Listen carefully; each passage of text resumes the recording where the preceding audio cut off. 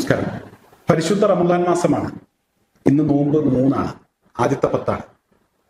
പ്രിയപ്പെട്ട M A Yusuf Ali സാഹിബിന്റെ ഒരു റമദാൻ സന്ദേശം ഇന്നെന്റെ ശ്രദ്ധയിൽപ്പെട്ടു. വളരെ ചുരുങ്ങിയ വാക്കുകളിൽ വളരെ പ്രധാനപ്പെട്ട ചില വിവരങ്ങൾ നോമ്പിന്റെ മഹത്വത്തെക്കുറിച്ച് അദ്ദേഹം പറഞ്ഞു. നോമ്പ് എന്ന് പറഞ്ഞാൽ പരസ്പര സൗഹാർദ്ദത്തിന്റെയും ബഹുമാനത്തിന്റെയും ഒക്കെ ഒരു സമയമാണ് ഈ നോമ്പുകാലം എന്ന് അദ്ദേഹം പറഞ്ഞു. പരസ്പര സൗഹാർദ്ദം, പരസ്പര ഐക്യം എന്നൊക്കെ പറയുമ്പോൾ എല്ലാ വിഭാഗം ആളുകൾക്കും നോമ്പുണ്ട്.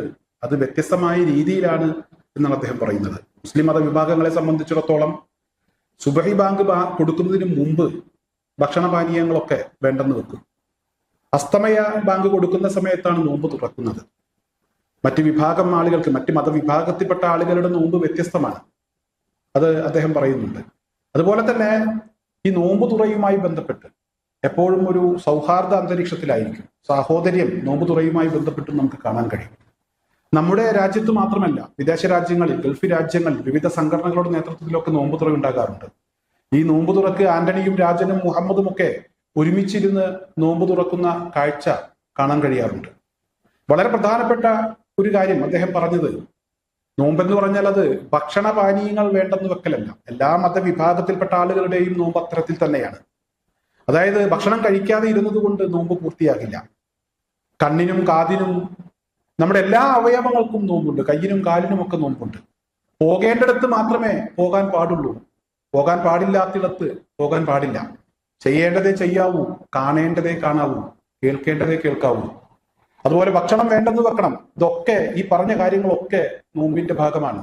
തെറ്റായ കാര്യങ്ങളെയൊക്കെ മാറ്റി നിർത്തുക, ശരിയായ കാര്യങ്ങളെ എടുക്കുക. ഇത് നോമ്പിന്റെ ഒരു പ്രത്യേകതയാണ്.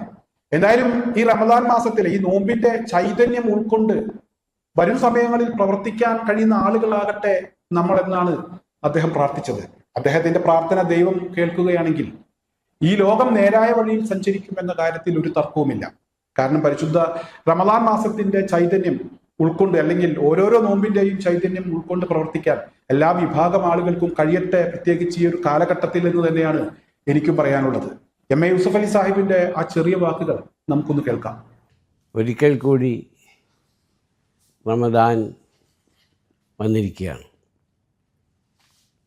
സ്നേഹത്തിൻ്റെയും സാഹോദര്യത്തിൻ്റെയും മത സൗഹാർദ്ദത്തിൻ്റെയും ബുദ്ധിമുട്ടും വിഷമങ്ങളും ദുഃഖങ്ങളും മനസ്സിലാക്കാനുള്ള ഒരവസരം കൂടിയാണ് ഈ പരിശുദ്ധ റമദാൻ.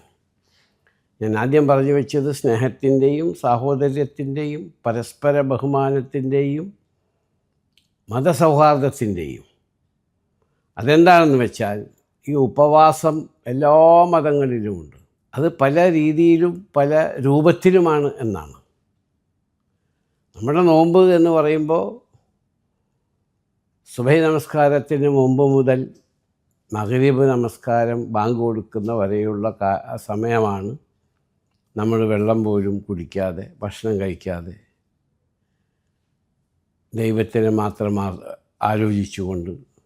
അത് നമ്മുടെ വയറിന് മാത്രമല്ല നോമ്പ്, നമ്മുടെ കണ്ണിന് നോമ്പ്, സംസാരത്തിന് നോമ്പ്, നമ്മുടെ പ്രവൃത്തിയിൽ നോമ്പ്. അതിനൊക്കെ ഒരു റെസ്ട്രിക്ഷനാണ് നോമ്പ്. ലോകത്ത് ഒരുപാട് ആളുകൾ ഭക്ഷണം കഴിക്കാതെ വിഷമിച്ച് ജീവിക്കുന്നുണ്ട്, ഒരു നേരം ഭക്ഷണം ശരിക്ക് കിട്ടാതെ. അപ്പോൾ അവരുടെ ബുദ്ധിമുട്ടും വിഷമവും എന്തായിരിക്കുമെന്ന് കൂടി ഈ അവസരത്തിൽ നമ്മൾക്ക് മനസ്സിലാവുകയാണ്. ആയതുകൊണ്ട് നോമ്പ് തുറക്കൽ ഗൾഫ് രാജ്യങ്ങളിൽ പ്രത്യേകിച്ച് അസോസിയേഷനുകളായാലും ശരി, മറ്റു സ്ഥാപനങ്ങളായാലും ശരി, മതസ്ഥാപനങ്ങളായാലും ശരി, മറ്റു സഹോദര സമുദായത്തിൻ്റെ സ്ഥാപനങ്ങളിലായാലും ശരി, അവരുടെ ആരാധനാലയങ്ങളായാലും ശരി, ഗൾഫ് രാജ്യങ്ങളൊക്കെ നോമ്പ് തുറക്കാറുണ്ട്, നോമ്പ് തുറ സംഘടിപ്പിക്കാറുണ്ട്. രാജനും മുഹമ്മദും ആൻ്റണിയും ഒരുമിച്ചിരുന്നു കൊണ്ട് ലോകത്തിന് തന്നെ മാതൃകയായ നോമ്പ് തുറ നമ്മുടെ ഗൾഫ് രാജ്യങ്ങളിലാണ് കൂടുതൽ, നമ്മുടെ രാജ്യത്തും നമ്മുടെ സംസ്ഥാനത്തും ഒക്കെ ഇതുണ്ട്. അപ്പോൾ എല്ലാ മതവിഭാഗങ്ങളിൽപ്പെട്ടവരും ഒരുമിച്ചിരുന്ന് നോമ്പ് തുറക്കുക, അതൊരു സാറ്റിസ്ഫാക്ഷൻ കൂടിയാണ്.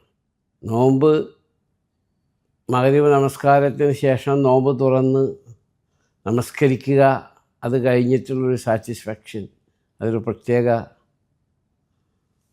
അനുഭവമാണ്, അതൊരു സംതൃപ്തിയാണ്. ഈ നോമ്പിൻ ലോകത്തെമ്പാടുമുള്ള എൻ്റെ മലയാളി സഹോദരി സഹോദരന്മാർക്കും ലോകത്തെമ്പാടുമുള്ള മുസ്ലിം അമുസ്ലിം സഹോദരി സഹോദരന്മാർക്കും നോമ്പിൻ്റെ ആശംസകൾ. ഈ നോമ്പിൻ്റെ ചൈതന്യം ഉൾക്കൊള്ളാനുള്ള, അതനുസരിച്ച് നോമ്പ് കഴിഞ്ഞാലും ജീവിക്കുവാനുള്ള മാനസികവും ശാരീരികവുമായ അവസ്ഥ ദൈവം അള്ളാഹു നമ്മൾക്ക് തരട്ടെ എന്ന് പ്രാർത്ഥിച്ചുകൊണ്ട് ഈ റമദാൻ ആശംസകൾ.